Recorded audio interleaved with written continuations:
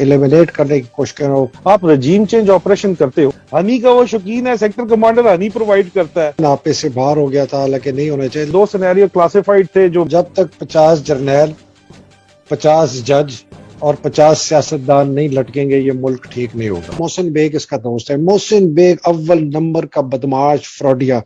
ये जब ये यंगर डेज में, बुरी बात नहीं है, ये वेटर होता था सलूस में, जो एक रेस्टोरेंट था लाहौर में बेसमेंट में, अगर आपको याद हो, वापडा हाउस के उधर वेटर हुआ करता था। मेरा दोस्त एक फौजी है, ये उसके रेस्टोरेंट में भी कभी कभी आया जाता था। इसकी तस्वीर भी छपी थी अखबार में, हथकड़ियां इसको लगी हुई कार जाकर।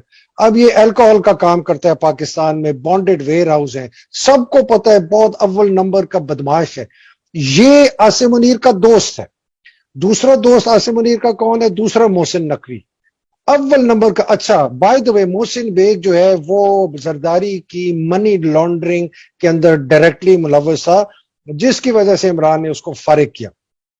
मोहसिन जनरल आसिम मुनीर के मामू का भी आप बता रहे थे सर, मैं वही बताता हूँ। मोहसिन नकवी जरदारी का टाउट, जरदारी का फ्रंटमैन, जरदारी की फंडेड से चैनल चलाता है, बहुत ही घटिया किस्म का आदमी है। लोग कहते हैं जी सेल्फ मेड है। मैं कहा जी चोर उचक्के सारे सेल्फ मेड होते हैं, सारे बंदे मतलब वो चोरी करके ही सेल्फ मेड बनते हैं ना। इसके किसी एक करीबी रिश्तेदार ने मुझे बताया, बड़ा फख्र से, हालांकि वो बड़ा शरीफ आदमी है।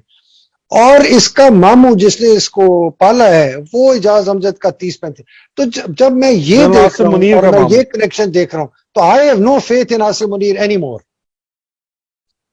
देखिए सर, आसिम मुनीर के ये जो कनेक्शंस हैं ये तो इंतहाई वाजे हैं यहाँ पे, लेकिन आसिम मुनीर के पास जो रिस्पॉन्सिबिलिटी है वो he is not going to get a second chance.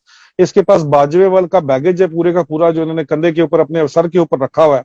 बाजवे का बैगेज इनको पहले ही धसा रहा है।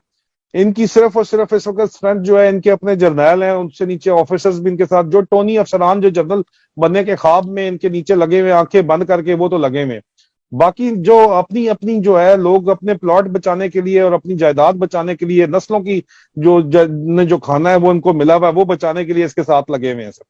और बाकी ये जो कुछ इस वक्त यहाँ पे कर रहा है, जो इसने इस वक्त ऑप्टिक्स दी है आपके सामने है, मोहसिन बेग हो गया या मोहसिन नकवी हो गया या ग्राउंड के ऊपर डीजीसी हो गया। डीजीसी भी जब ये डीजीएमआई थे तो इनका सेक्टर कमांडर था सिंध का, इसीलिए उनसे 1-to-1 है। उनकी आने की बड़ी शदीद लॉबिंग जो है आर्मी चीफ बनने की करता रहा है, मुसलसल ये करता रहा है।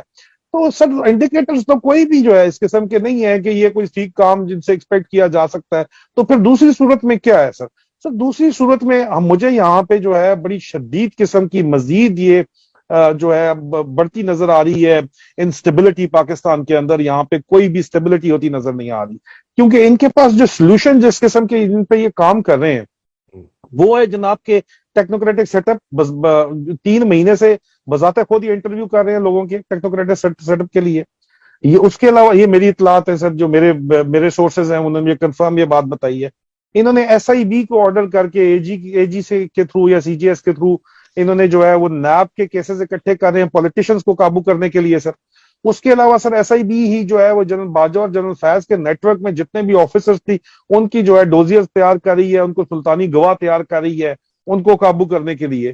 तो ये चीजों को कंट्रोल करने के लिए फाइलें अपने हाथ के अंदर कर रहे हैं सर। आदिल, ये नहीं चलेगा, ये बड़ी इनकी भूल है कि हम इनको कैफरे किरदार पहुंचाएं, इनके खिलाफ ट्रायल करें, इनको करें, नहीं चलेगा। लोगों का गुस्सा इतना ज्यादा है, मैं आपको बता नहीं सकता। फट पड़ेंगे अगर इन्होंने टेक्नोक्रेट और मार्शल लॉ। मैं तो बार बार वार्न कर रहा हूं। मैं आते एक किताब पढ़ रहा हूं, एक ये है how to stand up to a dictator. Maria Ressa है, ये नोबेल प्राइज विनर थी फिलीपीन में। और ये मैं इसलिए बताना चाह रहा हूं कि लोग समझते हैं ना कि अगर चेहरे बदल जाए तो तब्दीली आ जाएगी, ये नहीं आता।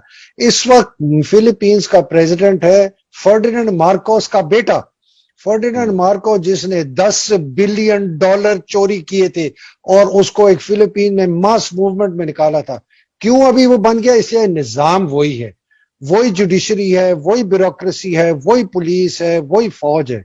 मैं ये किताब पढ़ के हिल गया कि ये अगर पाकिस्तान में सिर्फ इलेक्शन आके चेहरे बदले, और इमरान आ भी गया 2/3 से, और अगर निजाम नहीं बदला, ये फौज की बिल्कुल असर नौ तंजीम नहीं की गई, ब्यूरोक्रेसी की, तो ये कमबख्त मरियम, ये कमबख्त चटकू बिलावल, ये वापस आ जाएंगे। ये लोगों को समझना चाहिए।